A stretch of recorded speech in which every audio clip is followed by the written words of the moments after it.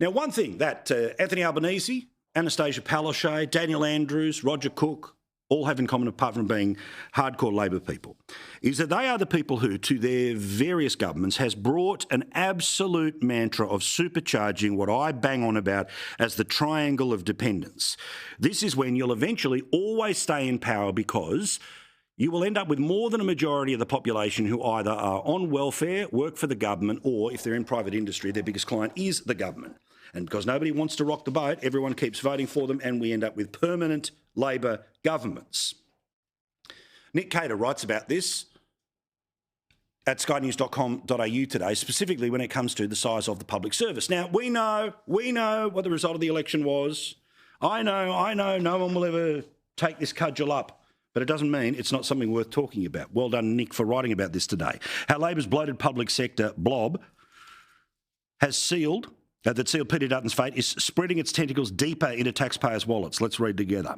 The size of the public service workforce has never been larger, nor its preference for Labor governments stronger, hence the triangle of dependence. The largest employer of public servants is the Department of Social Services and its associated agencies, where the number of employees has increased from just 38,000 5 years ago to 48,000 today. Service delivery jobs has increased by just 28% since 2019. Administration jobs are up by 74%. So when they talk about frontline workers, administration jobs are up by 74%. Portfolio, program and project management positions have increased by 153%. Strategic policy jobs, they're up by 154%. And communications and marketing are up by 89%. One last one. Human resources positions have risen by 48%, confirming our worst fears that more public servants are employed to essentially manage themselves.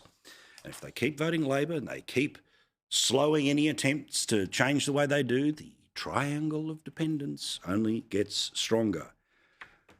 I like that metaphor because you know how strong, structurally, a triangle is and how it can enforce itself, which is exactly what happens here.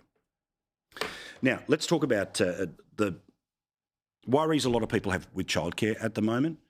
Sadly, in the past couple of days, another person has been charged in relation to horrific abuses that have taken place alleged to have taken place at childcare centres.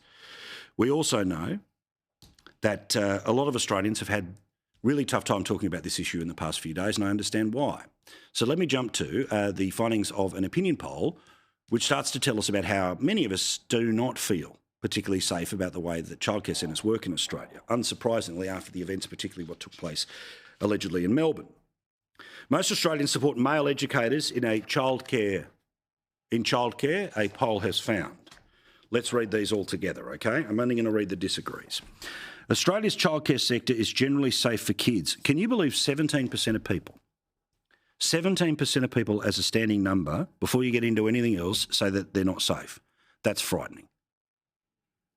25% don't know, and I know not 100% of people have kids in childcare or have had them at any recent time. 17% disagree.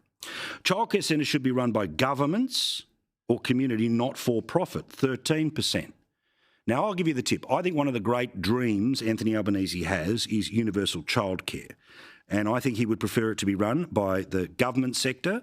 So essentially, government-run childcare into government-run schools, into government-run universities. And we all know what the ideological consequence of that's going to be. So don't be surprised if that's where we go over the many, many years to come of this government.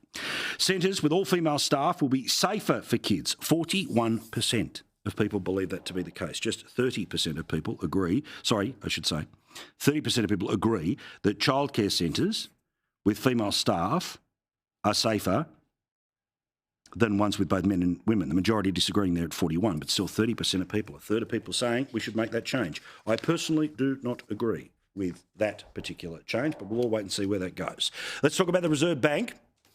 Because, as we know, there was a little bit of surprise this week after the Reserve Bank made its decision not to drop interest rates. The Reserve Bank has defied market and economist expectations. People are going to be very surprised here. A lot of economists will be surprised. The markets were shocked by today's Reserve Bank decision to leave interest rates on hold.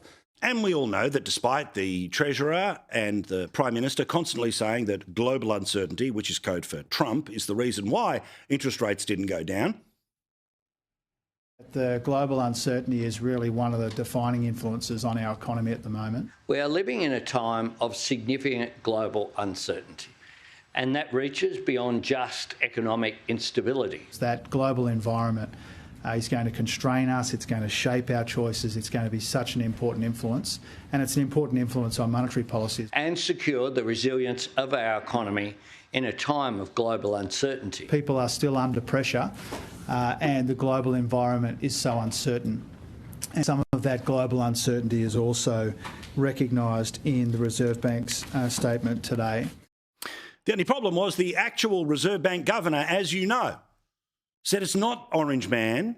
Instead, it's domestic reasons as to why interest rates did not fall. Repeat, the boss of the Reserve Bank, who was in the room watching the meeting, making her own decision, coming out to explain the decision not to drop interest rates, said it was domestic, not Orange Man bad, as the reason why interest rates have not fallen. We are not keeping interest rates high just in case. We're not doing that. We are reacting to the domestic data, domestic inflation data and the employment data and trying to find our way through it. But a day later, the Deputy Reserve Bank Governor was putting in his job application to be the next Reserve Bank Governor. Why? Because he said, version of in the Turnbull Times, the RBA Deputy Governor warns of Brexit scale impact as Trump threatens 200% tariffs on foreign pharmaceuticals. So the boss says it's not domestic. The bloke who presumably would like to be boss one day says it is domestic. The people who will decide whom the next governor of the Reserve Bank is will, of course, be the current people running the domestic economy badly. As I say, hence why I think that might be a slight job interview.